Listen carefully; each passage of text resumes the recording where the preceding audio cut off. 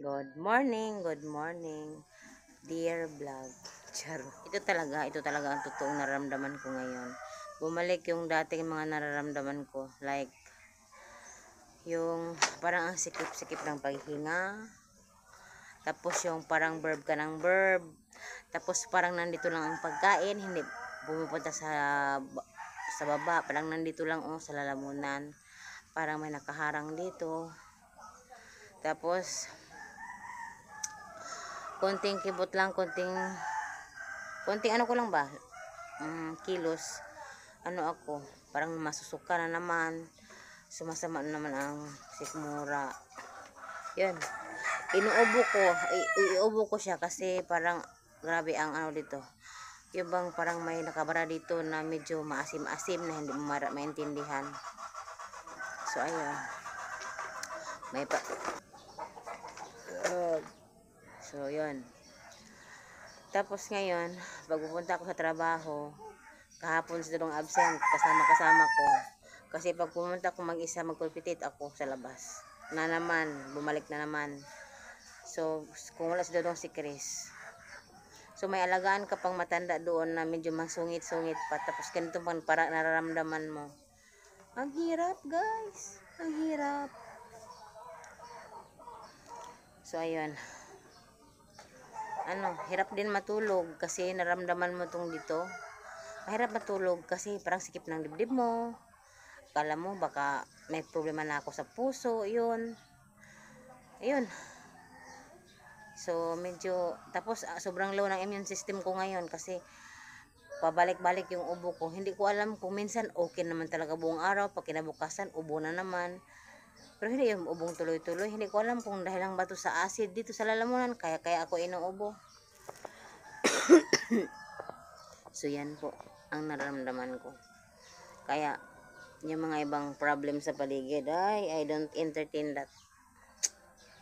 Kasi sa sarili ko marami na akong pinaproblema. So hindi na nga ako masyadong naka-video kasi pag ganito ang sinasabi ko, sinishare ko na ko ba, baka sabihin nagpaawa effect ako. Pero ito talaga ang nararamdaman ko, totoo. Kaya channel ko naman ito, i-upload ko na lang. Ilagay ko na lang dito. Hindi naman ako mahilig sa Facebook maglagay ng mga ganitong mga kwento kasi alam nyo naman sa Facebook. Basta, no need to tell na lang. So ayun po. So ngayon maglalaba ako sa labas sa amo. Hindi nga ako okay ngayon. Hindi ko alam. Diyos ko Lord. Tapos naglaba din ako kahapon dito sa amin. Tapos ngayon mababanlaw. Nangangalahati pa lang ako ng banlaw. Naibit yung tiyan ko. Gusto ko namang sumuka. Kaya nag-stop na naman ako. Yung iba, nasambay ko na. Yung iba nandyan pa, nakabanlaw pa. Hindi pa nakabanlaw pala. Para sa tubig. So yun, ang hirap kumilos pag itong ganito nararamdaman mo. Hirap talaga. Ang gusto mo talaga magpahinga. Yung pagkain mo kailangan piliin. Kahapon kasi, pangat yung isda. Hindi. Ganyan din pag may kabuhi ako or huyab, ano ba? Hi, ganun. Tapos noon dati may bigas kaming Blue Harvest, yung Princess Bea. Siguro alam nyo naman yun kasi pagkain nyo ng mga medyo may kaya kasi mahal ang bigas na yan. Binigyan kasi kami ngayon 5 kilos. Yun ang sinasaing namin. Noon, naisip ko, noon pala, kumakain ako ng ganun. Sumama din ang sikmura ko. Yung parang hindi mo alam, yung parang kinalikot na mahapdi na hindi mo alam, hindi mo ma-explain.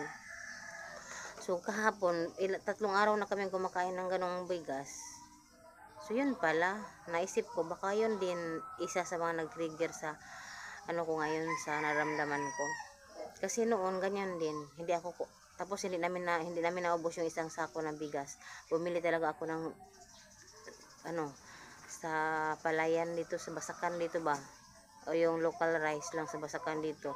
Yun talaga ang kinakain ko kasi yung bigas na ganun hindi ko kinakaya yun. So noong time na yun, i-mix namin sa bigas sa Basakan. So ngayon Naubos naman kay 5 kilos lang, pero hindi talaga okay ang pakiramdam ko. Naisip ko kahapon din, baka dahil din doon. Kasi grabe guys, pag uminom ako ng Kremil, hindi na tumatalab. So ayan, may bumili. Kaya nalimutan ko na aking kwento. May bumili kasi. So yun lang. Next time ulit. Ay, thank you for watching. Bahala. Tuktok ng tuktok si Lolore kasi nanghingi ng pagkain. Hindi ko kasi nabigyan kasi masama. Kiramdam ko, andito na ako sa loob. Yun ngang labahin ko sa amo. Sinabihan ko muna sila na hindi muna ako maglalaba ngayon. Mamayang hapon or bukas. Sinabi ko na kay Lolorek na magpunta siya maglakad. Kandi hindi sa lahat ng oras may pupunta sa kanya nagdadala ng pagkain. Kasi minsan talaga hindi maganda ang pakiramdam. Kaya yun, tuktok ng hingi.